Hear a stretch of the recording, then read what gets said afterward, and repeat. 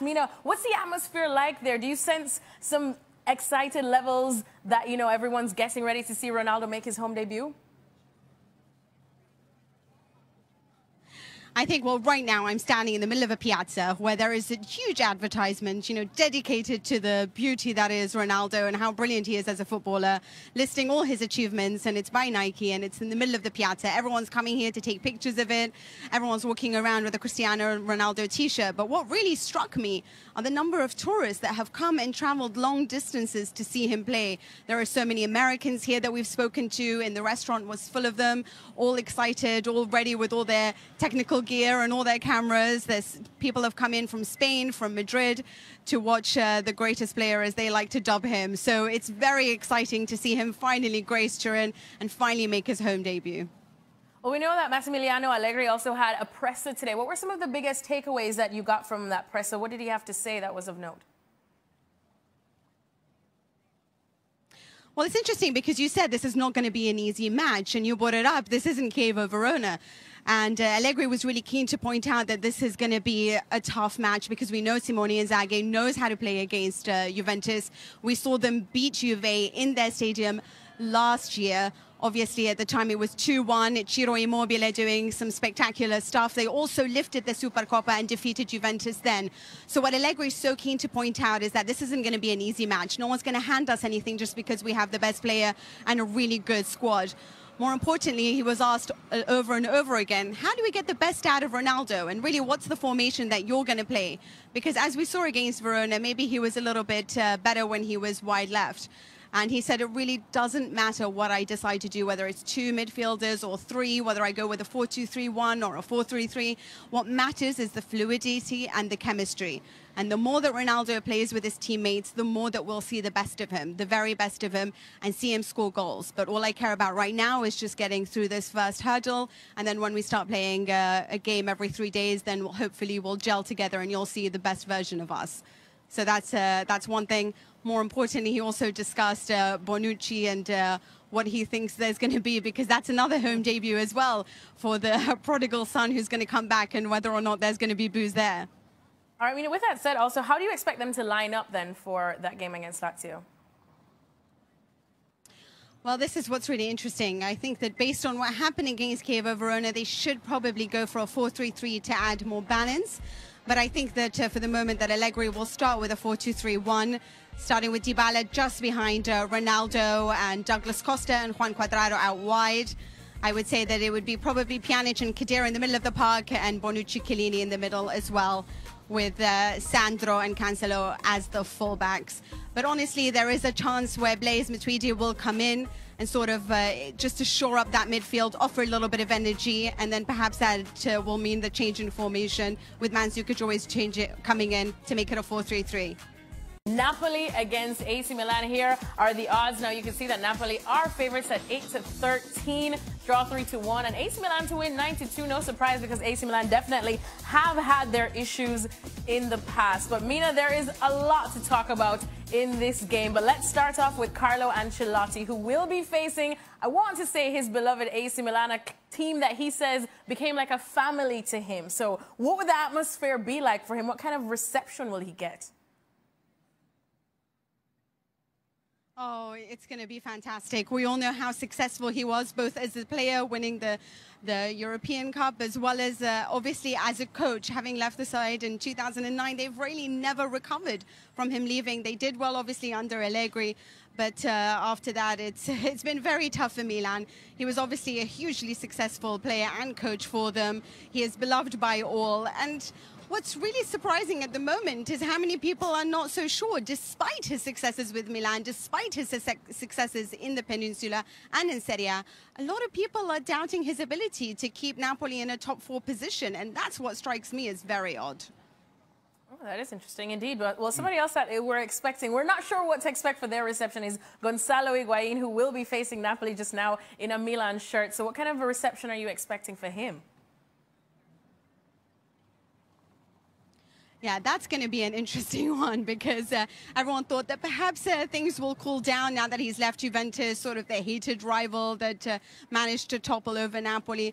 But no, the reception is still going to be very poor for the man who continues to score and celebrate against his former team.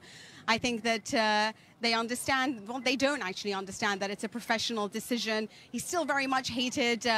You should see where his pictures have been used. It's really quite awful in around Napoli. He's very much used to promote negative things around the city, which we won't go into further detail, but it will be very hostile. And but that, we can't say the same for Pepe Reina. I think everyone will be really happy to see Pepe Reina again, but for Higuain, it's going to be booze all round. Ooh, and I think that's something that Gonzalo Higuain might be used to at this point in his career. Gentlemen, how successful do you see Higuain being now at his new club?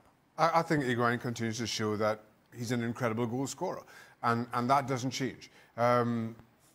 This is a Milan team not built around him in the same way that Juventus was, but still, he'll get the goals.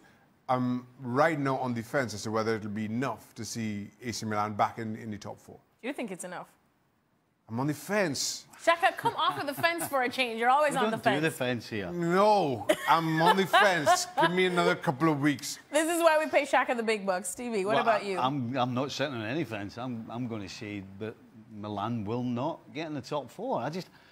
Listen, Higuain will score goals because he just has an instinct. It's just natural for him. I just don't think there'll be enough of them to put Milan in the top four. I don't get who's going to create these chances for him. Suso, Coutron, Çalhanoğlu.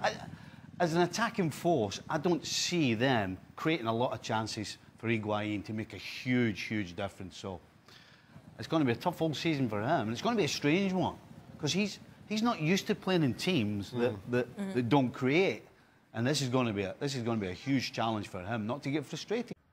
Another day, another awkward press conference from Jose Mourinho. Boy, don't we kind of love these gentlemen. First of all, he showed up 30 minutes early for this presser, so a lot of the media missed out on what he had to say. Then he answered 13 questions in a span of 4 minutes and 19 seconds, so he definitely wasn't trying to give anything away. As a matter of fact, this is about as lengthy as one of his answers got on Manchester United's fixtures. He said, I feel we played well against Leicester and we won. I feel we played bad against Brighton and we lost. I would like to play well and win against Tottenham. All right. Fair enough. All right. Thanks, Jose, for that. Gentlemen, you tried to code Jose Mourinho. What do you make of this? Do you know what? I'm actually going to stick up for Jose Mourinho here. The reason he's in this position that he is because of how miserable he was pre-season, the things he was saying about Pogba. So in a lot of ways, it's his own fault that he's got himself in a position where he's turning up early to make sure he misses half of them for a start. Right? But then I listened to this press conference.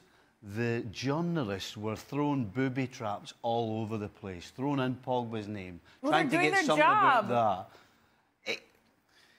But you can't... He knew and he knows that if he opens up at all and gives anything other than the bland answer that we just showed there, they're going to turn it into something else. And that's why he was there for 4 minutes and 19 seconds. And that's why he was there 30 minutes early. That was a smart move on his behalf. I just thought he liked being punctual, which I learned from our interview as well. Shaka. Jose Mourinho made all his own problems here. Let's be honest. And as much as the press might be throwing these double-edged questions at him, he didn't need a whole lot of prompting a few weeks ago, nor did Paul Pogba, and those stories make headlines. And the surprising thing for me in how we've suddenly found ourselves here with Jose Mourinho is that he has played the press almost better than any manager over the last 6 or 7 years. Yet now somehow it's come full circle, and there's this antagonistic relationship between Jose Mourinho and the media. And as bad as it is now, again, he fed some of the storylines all summer long with some of the sound bites. So, you know, it is what it is. Take your medicine, basically. All right, well, this is, of course, ahead of Manchester United's clash with Tottenham on Monday. If we have a look at some of the odds, even though Shaka Hislop, I think, did choose Manchester United to win on this one, you will see. No, I didn't. Did I? You did, Shaka Hislop. When? 6-4. Anyways, they are draw 23-10, and Spurs win 21-10. Guys, is this a must-win game for United? Yes. In my mind, it is. Given the disappointment we saw from Manchester United last week, I think they have to respond and respond well. The trouble is, this is a very good Spurs team. I think it's a must not lose. I think if they get something from it, then he'll be fine, but... Like a draw at home, do you think that would help much? Well, it's Tottenham. You know, Tottenham are a good side. Tottenham will finish in the top 4. But, saying that, I do think Man United are going to win. So Bayern starts off with a 3-1 win. I would say that that looks good on paper. Stevie, you were watching this game and you weren't really impressed. No, I wasn't impressed. You know, I expected Bayern to win the game. They got the job done, and on paper, yes, 3-1. Start of the season looks good, but I've got to say, I wasn't impressed with the way they went about it. That pace that certainly the Bayern under Pep Guardiola has gone. You know, it's kind of slumbering. You've got Javi Martinez in the middle, who's not the quickest thing on 2 legs. They've got no pace at the back with Boateng and Schürrle. So I wasn't impressed. I wasn't surprised with the result, but I was not impressed with the performance. Zlatan Ibrahimovic had some interesting things to say on soccer here in the USA. He says, I need to see changes to the rules. Make the sport big, like basketball, like the baseball, like the NFL, because soccer is the biggest sport in the world, and I feel here it is strangled because there are too many rules. They are not making it big like it can be. It can be a competition for the other sports. What do you guys think of his comments, guys? I can only assume that Zlatan is talking about the pay structure here in the US and the rules around that and the transfer system, etc. But as much as I understand and I sympathize with what Zlatan is saying, you have to kind of remember the history of this sport.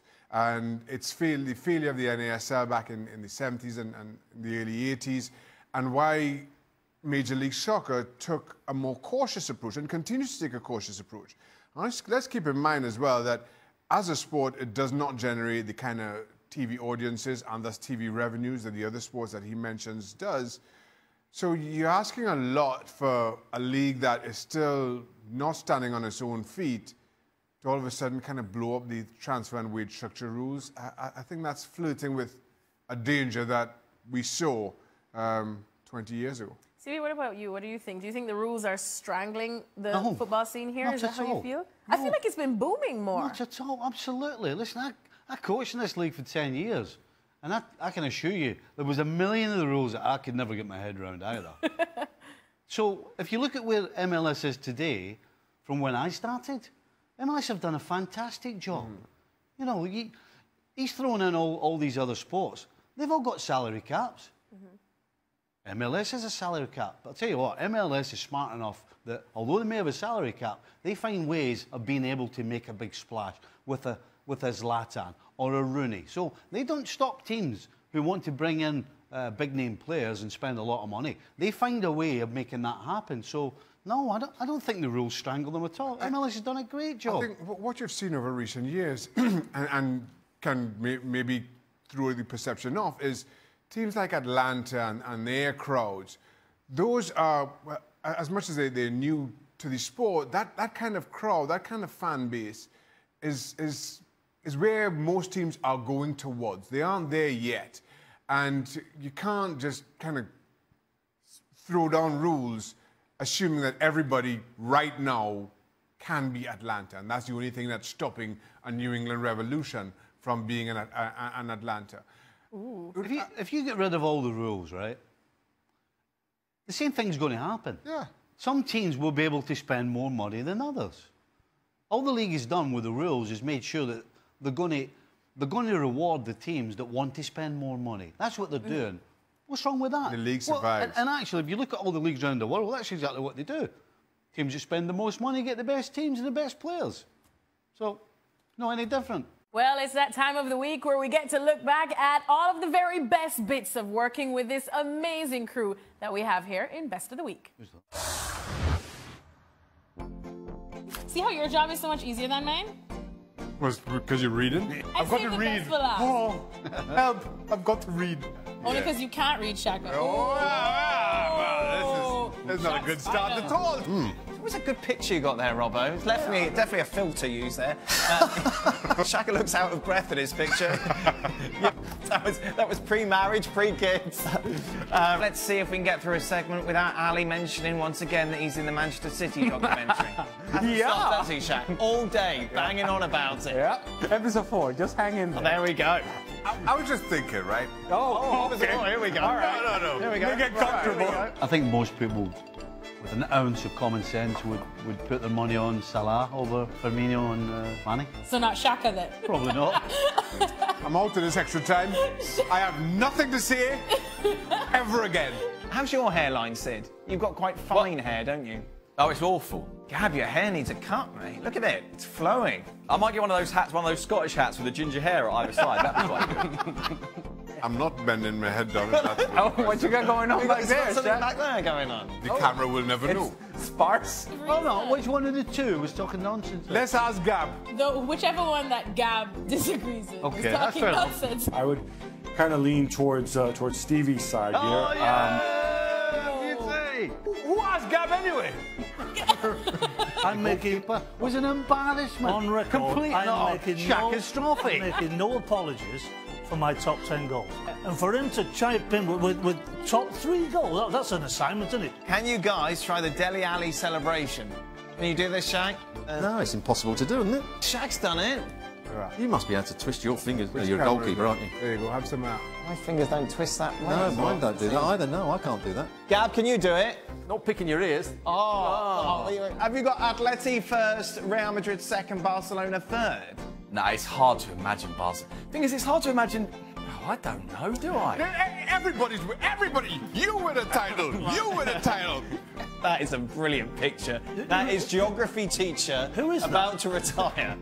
Why are you so close Who's to the that? camera? What's going on? Who's that? Oh, there it is. Aye, the sultry filter is on.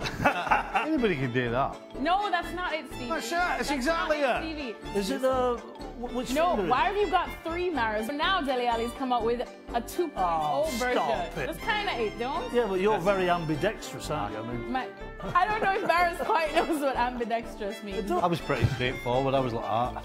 yeah. Oh, okay. That one time you scored. I thought Gab looked like Benny Hill. I want to know where that picture of Paul Mariner came from. Good Lord, yeah. Goodness me. He's fading a bit in the back, but we won't bring that up.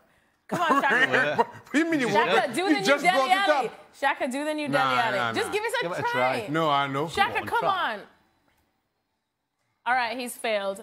All right, well, welcome into Extra Time. Alexis Dudas here with Stevie Nicol and Shaka Hislop.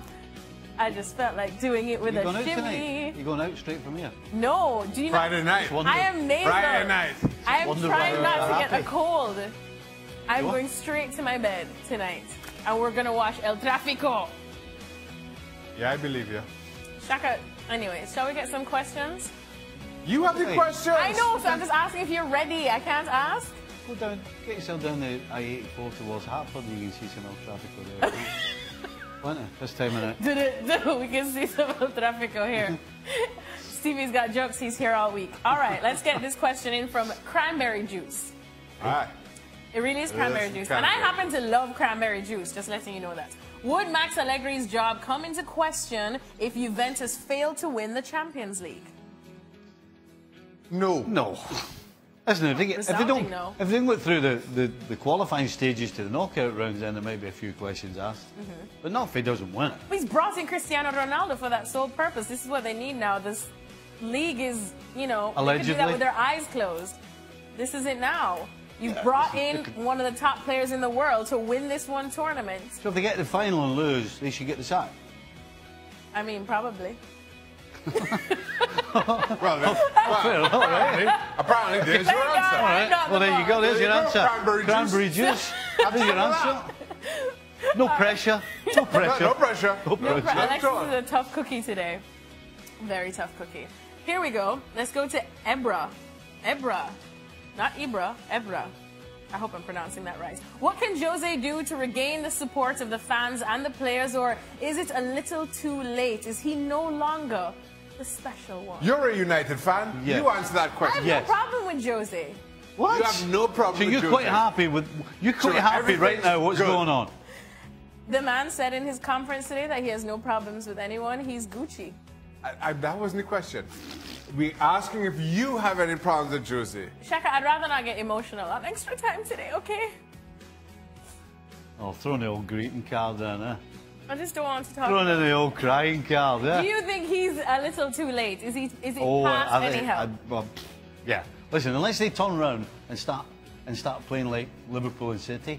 Oh, yeah, they're going to mention. And the chances of that happening. See, you just are had pretty to slim. throw in Liverpool. yeah. If they start playing like Liverpool and As though sticking the dagger in wasn't enough. I know, A he's just little twist. turning it, Well, they're not Hold on, playing like hold on, eh? City. Did they salt play and good lime football? in my wounds. Did they You play- do. Yes, indeed. Well, so what else do you want me to say then? All right, Wolves. If they start playing like Wolves, Wolves last game, sure. Go on, Alexis. Say you would like to see United play like Liverpool and City. I want to will hear you not say say it. that. I want to hear you. I will I want to hear not say those that. words come out of your I would mouth. like to see Manchester United play beautiful football. right? once Is again. that going to happen with Mourinho? Probably not. But Is you your know, answer sometimes But you you're Again? happy. But you're happy. let it You've take answered the its question course. again. Clearly, you're I easily never said pleased. That's all I'm saying. I just try not to get into this. This is my job, and I'm an I was going to say, you want to objective change your person. job then? I'm an objective person.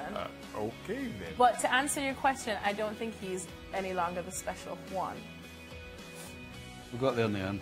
We got there in the end. Nick wants to know who will win the Premier League Golden Glove. You know, you hold that paper really close to your face. Shaka, because it is printed in light font. I think you We're need- trying to save trees and I paper think you here need at glasses, ESPN. you know, Alexis. I don't think need it's glasses. As a matter of fact, I glasses went for a test the other day. Hey, Perfect. you know Good when vision. you know when she does that? Yeah. You know you're in trouble. Hey, Don't you dare. hey. What is it? Tell me anything Don't about you- glasses. I went for a test. Actually, I got my eyes checked and it I've got was a question quite for you. What? So when you do that, right? Do I has your normally head do this? Has your head got to be in the opposite side of the finger? No, you just go with the flow. No. go with the flow. Your head's got to go the other way. Just go with the flow. Just go with the flows. Don't you? Don't you? Do I purse my lips like that, Stevie? Oh, yeah. Oh, apparently I talk like this. Posh. Back to Shaka because Nick wants to know who's going to win the Premier League Golden Glove. And don't you take long to answer me, Shaka. Who won it last year? The hair? Didn't the hair with it? I thought it was the hair. Who do you think's going to win it now? The hair. Oh, okay. There you go. He's going to go with David De Gea. That's never good when you goalkeeper. No, it's not. When your goalkeeper ends up winning the Player of the Year every year. Winning the Golden He's been Glove. playing The last what? For a 3 or while 4 now. years. Yeah. But that just says a lot about the situation at Manchester United, so I don't know what you guys keep asking me. Stephen Cromwell wants to know, what's the pecking order for Liverpool's centre-backs this season? Is Gomez more viable than Lovren or even Matip? The pecking order right now is Van Dijk and Gomez. I think that's the way it should be. It's if you're playing and you're playing well and you're keeping clean sheets, then why would you change it?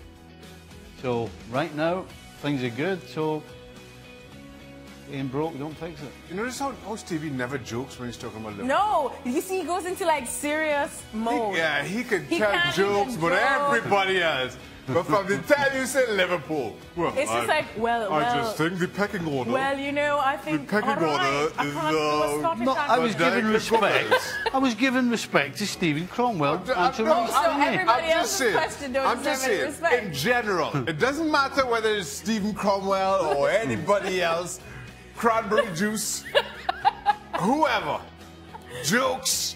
I know, poor Nick's question. Stevie just flew past Nick's question and started analyzing my finger movements. But you mentioned Liverpool. But then it's like, Well, the pecking order. I dare say that Liverpool, the pecking order on Liverpool is.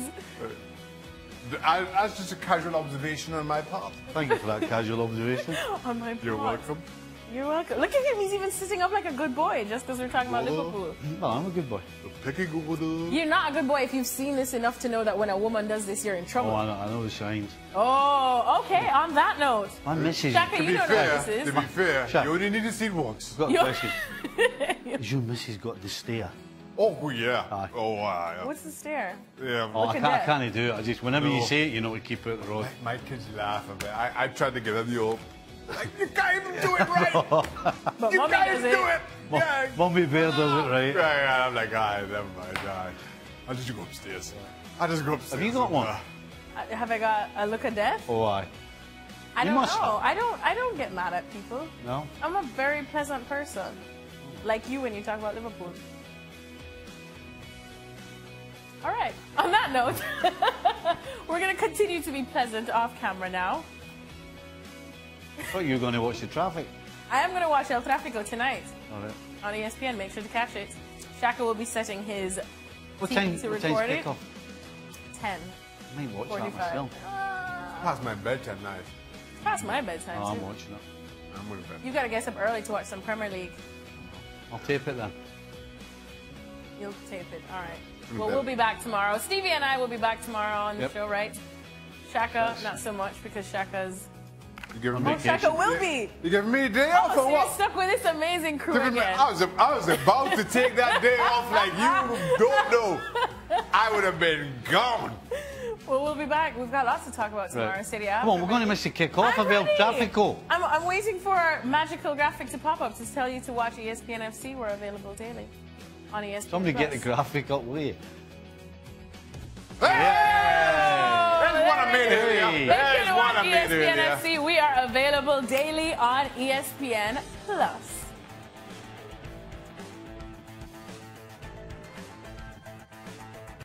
It's match day 2 of La Liga, and Shaka Hislop joining me as we tackle La Liga Predictor. Shaka, are you ready? I am. Atletico Madrid, Rayo Vallecano. This is all going to be easy. Oh, Shaka is like booming and ready to go. Shaka, remember Atleti coming off a draw. Never mind Okay, that. fine. I suppose I'll go with Valencia. Atleti as well. Real Valladolid against Barcelona. I knew it. Business as usual. Business as usual for the Catalan was Giants. Why not? Here's where things can get a little more interesting. Not Mm-hmm. as one-sided, possibly, or at least that's what we're hoping. Espanyol against Valencia. Never mind the draw last week. I'm going Valencia. Wow, I'm glad everyone's tuning in for some cutthroat analysis here. Well, I'm Yes. going with Valencia as well. Let's get this one all the way through. Girona against Real Madrid, and I'm going to go with Los Blancos. Okay, now we get kind of This interesting. is the tricky Here one. we get interesting. This Sevilla, is the tricky one. Villarreal. Who are you going Sevilla traveled to Czech Republic in midweek for European action. Villarreal going and draw at home, going to lose at home in the opening game. Jitos. I expected a whole lot more from them this season. I thought I was disappointed with that result last week.